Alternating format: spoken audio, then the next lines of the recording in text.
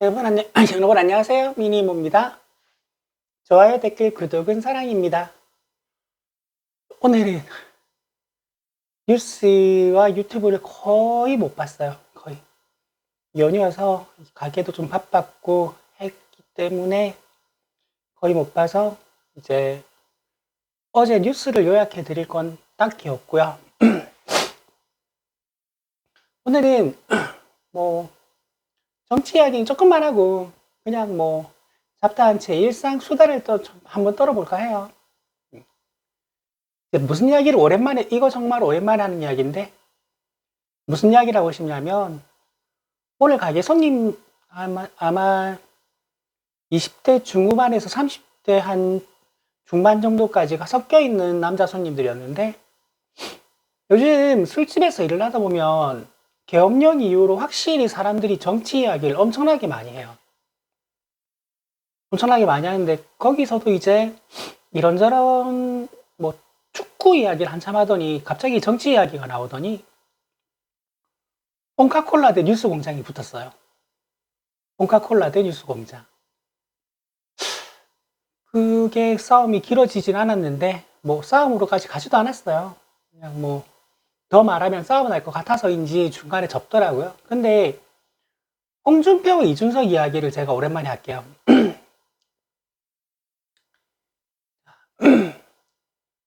지금 대한민국은 아마도 박정희 이래로 시간이 지나면서 젊은 고학력자가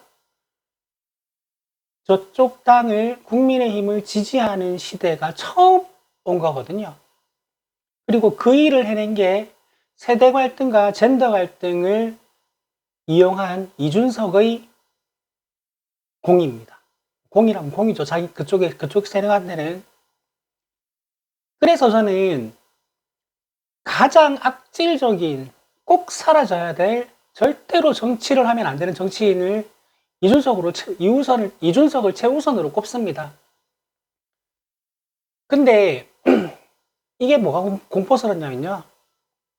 지금 20대 남자들은, 그 중에서 윤석열한테 등을 돌린 남자들은 대부분 이렇게 생각하고 있어요. 아, 역시 홍준표가 됐었어야 돼. 홍준표가 됐었으면 이런 일 없지. 준표형이 됐었어야 돼. 야, 콩카콜라 봐.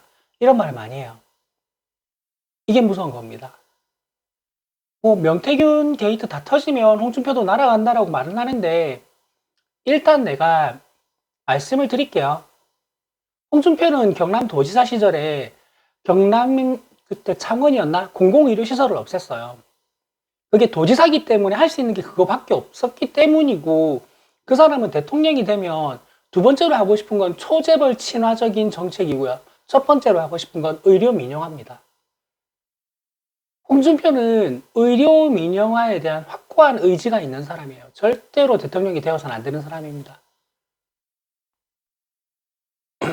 그리고 자신한테 이익이 될 수 있으면, 자신이 정치적인 입지를 올릴 수만 있다면 어떤 말이든 없는 말이라도 지어내서 할 수 있는 자가 이준석이에요.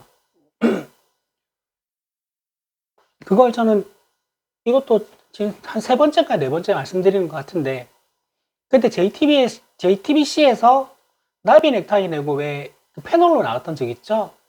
그때 무슨 말을 했었냐면, 이준석이 박근혜하고 독대할 일이 있어가지고 본인이 평소에 소신을 가지고 있었던 교육 정책에 대해서 이야기를 했는데, 박근혜가 자기보다 더 좋은 교육 정책에 대해서 이야기를 하면서 토론을 하는데 논리가 너무 좋아서 본인한테 논리를 밀리지가 않더래요. 우리는 촛불혁명 때 박근혜를 겪어봤습니다. 바보입니다. 아는 게 아무것도 없어요. 그 박근혜가 하버드 출신 이준석하고 논리에 전혀 밀리지 않으면서 더 좋은 정책을 말하면서 토론을 했다는 말이 여러분은 믿어지십니까? 지어낸 말이지. 그런 식으로 그자가 그때 당시 한나라당을 그 젊은 남자들이 지지할 수 있도록 차차 만들었던 겁니다. 그리고 그들은 지금 유튜브에 중독이 되었고요. 그래서 이 부분을 짚어낸 지 오래된 것 같아서 이 부분을 좀 이야기하고 싶었어요. 지금 저는 지금 조만간 번아웃이 오지 않을까 걱정을 하고 있습니다. 지금 가게 직원이 사정이 있어서 자리를 비운 직원이 있기 때문에 사람이 모자라가지고 제가 20일 동안 못 쉬고 일을 하게 됐는데 20일 동안 못 쉬는 건 못 쉬는 건데 지금 설 연휴여가지고 지금 이틀 연속으로 13시간 일했고요. 13시간, 13시간 일했고요. 그리고 앞으로 나흘 동안 계속 13시간씩 일해야 돼요. 죽을 것 같아요. 불행인지 다행인지 경기가 좋지 않아서 작년 설같이 장사가 되면서 그 시간 일하라 그러면 저 못했을 거예요. 근데 뭐 그게 아니기 때문에 그럭저럭 뭐 진짜 죽을 것 같지는 않습니다. 여튼 뭐 지금부터는 잡담인데 이거를 저도 이제 그 한 달 정해진 근무 시간이 있는데 그거보다 더 많이 하면 초과 근무 수당을 따박따박 받는데 이번에는 1월, 2월 두 달 동안 초과 근무를 다 합치면 대충 6일 정도 될 것 같더라고요. 그래서 저는 사장님한테 이거 돈으로 주지 말고 나도 직원 다 갔다 오면 휴가 달라 그랬어요. 그래서 일단 휴가는 간다 그랬고 날짜는 안 정해놨는데 막연하게 뭐하지 하다가 제가 일본을 한 번도 안 가봤어요. 일본을 한 번도 안 가봐가지고 여기가 부산이잖아요. 알아보니까 배 타고 3시간 반이면 가더라고요. 배값도 비행기 값보다 훨씬 싸고 1인 특실도 그렇게 안 비싸더라고요. 그래서 평생 처음 배 타고 후쿠오카에 혼자서 2박 3일 여행을 다녀오려고 후쿠오카 여행 유튜브도 좀 봐야 되는데 이놈의 정치 유튜브 볼 시간도 모자라가지고 여행 계획도 못 짜고 있습니다. 이게 해외여행을 이야기하면 항상 생각나는 게 제 이제 첫째 해외여행인데 제가 대한민국 국경선을 처음 벗어난 게 38대였어요. 38대인데 이제 그때 어딜 갈까 하다가 이제 필리핀을 가보자. 필리핀 가보자. 아는 분이 필리핀 자주 나가는 분이 있는데 그분한테 이제 개인 가이드를 소개받아가지고 이제 내가 이제 그게 없으니까 거기를 뭐 어떻게 돌아다니는지 모르니까 그래서 가이드한테 이제 몇 가지 내가 원하는 호텔의 조건에 대해서 이야기를 했어요. 숙소의 조건에 대해서. 일단 마닐라에 가고 싶다고 했고요. 그 다음에 야외 수영장 시설이 잘 돼 있으면 좋겠다고 했고요. 그리고 호텔 카지노가 잘 돼 있으며 그 호텔 카지노 안에는 홀덤 테이블이 있었으면 좋겠다라고 했고요. 그리고 뭐 여기저기 구경하고 싶으니까 접근성도 좋았으면 좋겠다 했는데 하루 뒤에 가이드한테 전화가 왔어요. 문제가 생겼다. 어떤 문제예요? 그러니까 지금 내가 말하는 조건에 딱 맞는 호텔에 와 있는데 객실이 없다. 그럼 어떡해요? 같은 조건에 다른 호텔이 있나요? 하니까 다른 호텔은 조금 애매하긴 하고 지금 여기는 일반 객실은 다 나가고 스위트룸밖에 없다고 한다 하길래 스위트룸은 얼마입니까? 이라니까 1박에 180달러래요. 일반 객실은 얼마입니까? 120달러래요. 잠깐 고민을 하다가 어차피 돈 쓰려고 작정하고 나가는 인생 첫 해외여행인데 에라 모르겠다 이러면서 스위트룸으로 일주일 예약해주세요 해서 했어요. 그리고 이제 여행사에 들러서 비행기표를 예약을 하는데 비행기표를 알아보니까 아시아나 항공 이코노미석이 70만 원이 넘더라고요. 근데 필리핀 항공 비즈니스석이 63만 원이었나? 아시아나 이코노미보다 더 싸네 이래가지고 에라 모르겠다 이러면서 비즈니스적으로 질러버렸어요. 근데 뭐 해외 나가는 비행기 한 번도 안 타본 촌년이 뭘 아나. 공항에 갔는데 그 저는 몰랐어요. 그 빅토리녹스 그 주머니 칼 요만한 쬐끄만한 거 있죠. 그거 제가 열쇠고리로 가지고 다녔던 거거든요. 그걸 가지고 비행기를 못 탄다고 하더라고요. 이렇게 생각 물어봤어요. 요만한 주머니 칼로 제가 하이제킹을 한다고 생각하세요? 하니까 여튼 규정상 안 된대요. 그거 버리고. 그리고 이제 한참 이제 줄을 서 있는데 한 세 사람이 줄을 안 서고 그냥 들어가더라고요. 게이트로. 저 사람 왜 그냥 들어가지 하고 보고 있는데 승무원이 지나가길래 여기 줄 서 있는 분들하고 그냥 들어가는 분들하고 어떤 차이가 있냐고 물어보니까 아 저분들은 비즈니스석이래요. 내가 티켓을 보여줬어요. 그러니까 여기 왜 줄을 서 계십니까? 이러면서 아 좋다. 그리고 필리핀 입국할 때도 줄을 안 서더라고요. 너무 좋았어요.